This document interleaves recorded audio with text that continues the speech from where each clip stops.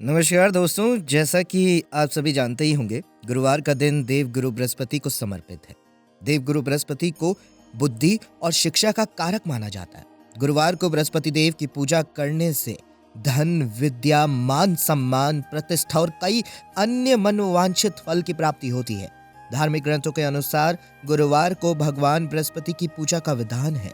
गुरुवार के दिन व्रत और कथा सुनने से घर परिवार में सुख समृद्धि बनी रहती है। तो आइए जानते हैं गुरुवार व्रत कथा के बारे में। सालों पहले एक गांव में एक गरीब धार्मिक ब्राह्मण रहता था जिसकी कोई संतान न थी। वो रोज नहा धोकर मन से देवताओं की पूजा करते हुए संतान की मांग करता, लेकिन ब्राह्मण की पत्नी खूब आलसी थी। वो ना स्नान करती थी और ना ही पूजा पाठ। पत्नी की इस आदत से ब्राह्मण दुखी रहता था, लेकिन ब्राह्मण के धार्मिक गुणों से उसके घर में जल्द ही संतान के रूप में एक पुत्री ने जन्म ले लिया। सौभाग्य से उसकी पुत्री भी ब्राह्मण की ही तरह बड़ी ही धार्मिक हुई। जैसे जैसे वो बड़ी हो रही थी, पूजा पाठ में उसका मन भी उतना ही लगने लगा। वो हर रोज सुबह उठती, स्नान करती और भगवान विष्णु का ध्यान व जप करती। इसी तरह वो बृहस्पतिवार का उपवास भी करने लगी और हर दिन पूजा पाठ करने के बाद वो पढ़ने के लिए स्कूल भी जाती थी। स्कूल जाते समय वो अपने हाथों की मुट्ठियों में जौ भरकर स्कूल के रास्ते में गिराती जाती थी। जब वो स्कूल से वापस घर के लिए आती तो गिराए हुए जौ के दाने सोने में बदल जाते थे, जिन्हें उठाकर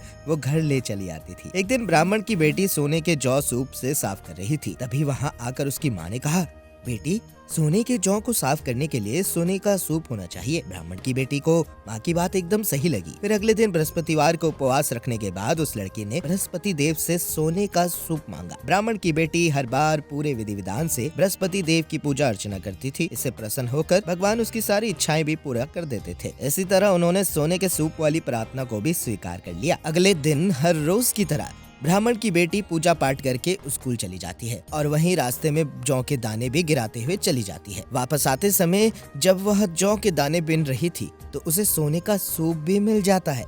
सोने का सूप लेकर वो घर आती है, जिससे उसने सोने के जौ को साफ किया। एक दिन इसी तरह ब्राह्मण की बेटी घर के बाहर बैठकर सोने के जौ को सोने के सूप से साफ कर रही थी। तभी उसके घर के सामने से एक राजकुमार गुजर रहा था। राजकुमार ब्राह्मण की बेटी को देखते ही उस पर मोहित हो गया। जब वो अपने महल पहुंचा तो ब्राह्मण की बेटी के मुंह में उसने खाना पीना त्याग दिया। जब राजा को ये पता चला तो उन्होंने राजकुमार से इसका कारण पूछा। राजकुमार ने अपने दिल का सारा हाल राजा को बता दिया। अगले ही दिन राजा अपनी मंत्री के साथ ब्राह्मण के घर गया और ब्राह्मण के सामने उसकी बेटी का विवाह अपने राजकुमार से करवाने का प्रस्ताव रख दिया। राजा का प्रस्ताव सुनकर ब्राह्मण काफी खुश हो गया। उसने तुरंत ही विवाह करने के लिए हाँ कर दी। कुछ ही दिनों में राजकुमार और ब्राह्मण की बेटी की शादी हो जाती है। इधर ब्राह्मण की बेटी शादी होने के बाद अपने ससुराल चली जाती है, उधर ब्राह्मण फिर से गरीब होने लगता है। उसके बुरे दिन दोबारा वापस आ जाते हैं। फिर एक दिन ब्राह्मण अपनी बेटी से मिलने के लिए उसके ससुराल जाने की सोचता है और अगले ही दिन वो अपनी बेटी के ससुराल जाता है। पिता की ऐसी हालत देखकर उसकी बेटी ने उसको बहुत सारा धन देकर ब्राह्मण को विदा कर दिया। बेटी का दिया हुआ धन कुछ ही दिनों में खत्म हो गया। ब्राह्मण फिर से अपनी बेटी से मिलने के लिए वहीं महल जाता है और अपनी बेटी को सारी समस्याएं बताता है। अपने गरीब ब्राह्मण पिता की बात सुनकर उसकी बेटी ने कहा, पिताजी, कल आप माँ को लेकर मेरे पास आए। मैं उन्हें बृहस्पति देव के उपवास और पूजन की विधि बताऊंगी। इसे करने से सारी समस्याएं दूर हो जाएंगी। ब्राह्मण ने ऐसा ही किया।